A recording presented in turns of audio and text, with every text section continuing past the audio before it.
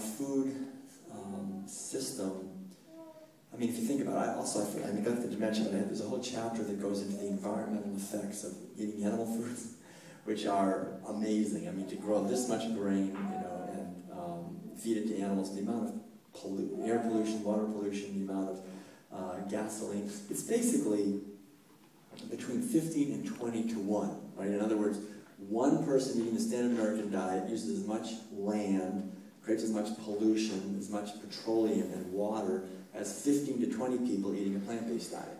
30 to 1 in terms of water, but basically that's what we're talking about. So when we talk about moving toward a plant-based diet, it's an amazingly benevolent thing for the earth and for the culture and for all the problems that we're having. And in fact, imagining our culture as a vegan culture, imagining it moving in that direction, it's imagining an entirely different culture. And it's one of the great things I think we can begin to imagine. That I used to get this question from people sometimes. They would ask me, so Will, okay, everything sounds good, what you're saying, okay, but what would we do with all those cows? What would we do with all those pigs and all those chickens? If we didn't eat them, they'd run rampant. They'd take over, something like that. And I used to not like that question because I thought it's such a silly question. But then I started thinking, well, that's a great opportunity, I mean, that's a great question because somebody really is worried about that. So, okay, so let's look at that, What would happen? What would happen if people stopped eating so many cows, right, and chickens and fish and birds? What would happen is we would stop breeding so many cows and pigs and chickens and fish. And if we stopped breeding them, then we wouldn't need to feed them. And if we didn't need to feed them, then we wouldn't need to have all this grain that we're feeding to all these animals. We wouldn't need to have all this manure. We wouldn't have all this air pollution. The wildlife, which is basically being driven to extinction because it doesn't have any habitat, we could begin to actually bring the habitat back. Forests could come back. Waters and streams would run cleaner. The oceans would come back to life. People would be healthier, the economy would be better, the whole earth would begin to celebrate again instead of being chained under this incredible violence of monocropping, killing, and devastation that we're engaging in and pretending it's not happening, that we would actually be fulfilling our purpose on this planet.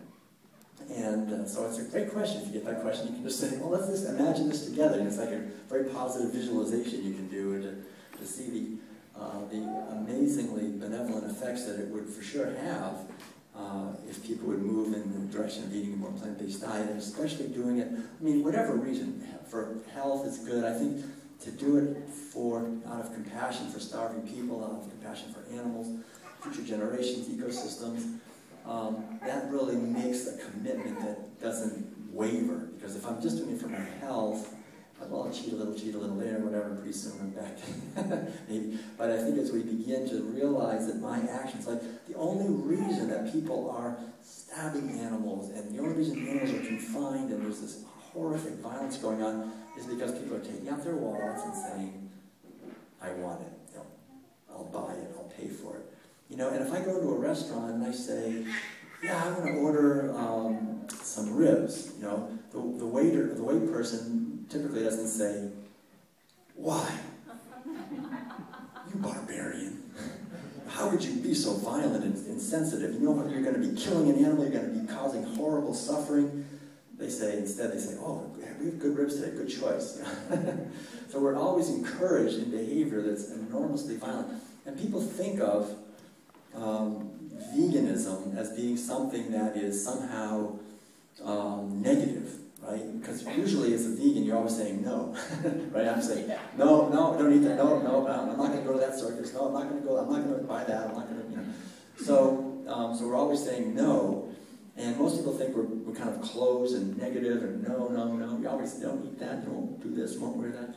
But actually, I think it's important to understand, I think we all probably do understand this, but that it's essentially saying yes. That veganism is essentially saying yes. I'm saying yes to compassion for other living beings, and yes to caring about the ramifications of my actions and being aware of what actually happens when I take out my wallet and pay for things. And it's a yes to the inner has for others. And I'll just close with, and then we can maybe take a couple of questions. The word vegan, I've been using that, and I think it's a really important word because I think it's really a modern iteration of the ancient Sanskrit word ahimsa. It's simply a new way of saying ahimsa in a way that we can actually live it. Donald Watson, who created the word vegan back in 1944, said, "Veganism is a philosophy and way of life which seeks to exclude, as far as possible and practical, all forms of cruelty to and exploitation of animals for food, clothing, or any other purpose." So the idea is to simply try to live our life to minimize the amount of violence and cruelty we're causing to others. And so I don't think it's anything radical, actually. I think that's our basic nature as human beings. We're all very disturbed when we see violence to other living beings. In fact, it's very interesting to see that when they do a poll on, ask people in the United States if they agree that animals should be protected from violence, 96% of the people agree with that.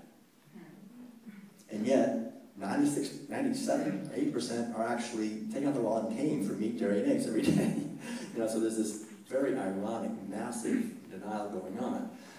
And I think our job is to, number one, understand this. Number two, move in the direction so that we're living this ourselves. And then number three, then begin to spread this message in whatever way you feel called to, that you feel is appropriate. And one of the ways, like Madeline does paintings of animals, and I think as I'm talking here, I just love having all these animals around. A lot of them are what we call wild animals. If you care at all about wildlife, there's nothing more powerful you can do than to go vegan, to become someone eating a plant-based diet, because the driving force behind what I think is probably one of the most serious problems we're having right now on this earth is the mass extinction of other species. We're in the middle of a huge die-off of species. The genetic diversity is shrinking very rapidly because so many species are losing habitat or just going extinct every day. Thousands every week. And it's driven by one thing primarily, and that's people eating meat, dairy, and eggs. It's animal agriculture that's causing that. So even if you don't care about people or cows, if you only care about wildlife, it's a very good reason to stop eating animal foods. And I was really glad when I heard from Joe Connolly, who's the editor of Veg News Magazine. I don't know if you heard of Veg News Magazine, but he called me a couple of years ago when he was visiting Donald Watson, who was still alive up until, I think, 2 or 3 years ago. He died at the age of 95. And he called me and he said, "Well, I'm here, I'm interviewing Donald Watson." He was thought he was going to make a little book about his life. Who coined the word vegan, started the Vegan Society. He said, usually he's out walking in the hills. He was still very active up until the very end. But he called me from England. He said, "But I just wanted to tell you that he's in his bed, he's not going anywhere, and he's basically saying that he's ready to leave the earth now. And what he does every afternoon is he sits in his bed and his son-in-law reads to him the World Peace Diet. And he's saying that he can now go." And that's what I think is something I wanted to just emphasize, is that in a lot of ways I think the World Peace Diet is not my book. In fact, when Madeline and I were traveling for quite a few years, I would say to her, "Madeline, I think it'll be great. Someone's going to write a book that'll talk about the big picture of our culture, the mistreatment of animals for food. It's not just about violence towards animals, and it's bad for the animals, it's bad for our health, it's bad for the environment, but there's much more. There's a whole historical and ethical and spiritual dimension, and it'd be great to read that book." And never came out, and years were going by, and finally Madeline said, "I think, well, if you want to read that book, you'll have to write it yourself." And so I think, on some level I volunteered, but I think, it was just, somebody had to volunteer, and it's really a book, I think, in a sense, that gives the foundation for a new world, for a world where peace and justice and freedom are actually possible. We can do this.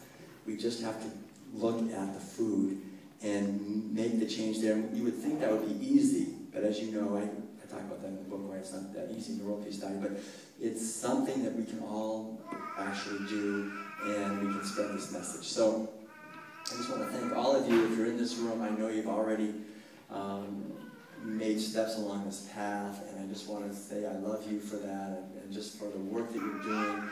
and encourage you to keep it up. And it's really an honor to be here with you. And I think maybe I will just close with a shorter piece of music.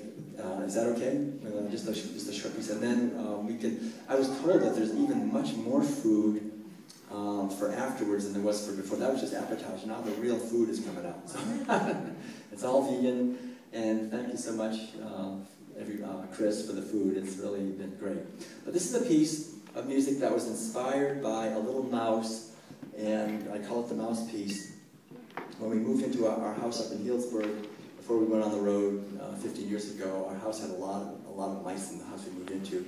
And one day I was just tuning into this little mouse who I was going to take her across the stream and down below our house, and this melody came to me. So I think it's relevant because I think when we feel into the beauty of life and of not only human beings but of animals, we see that all beings are enormously, well, like Walt Whitman said, he said, a little mouse is enough to stagger sextillions of infidels. I just love that. You know, that there's something so beautiful in other life forms, and something to be seen as sacred and respectful. And I think what veganism really is simply looking with eyes that see beings rather than seeing things. So I'll just close with a short piece of music. This is the mouse piece.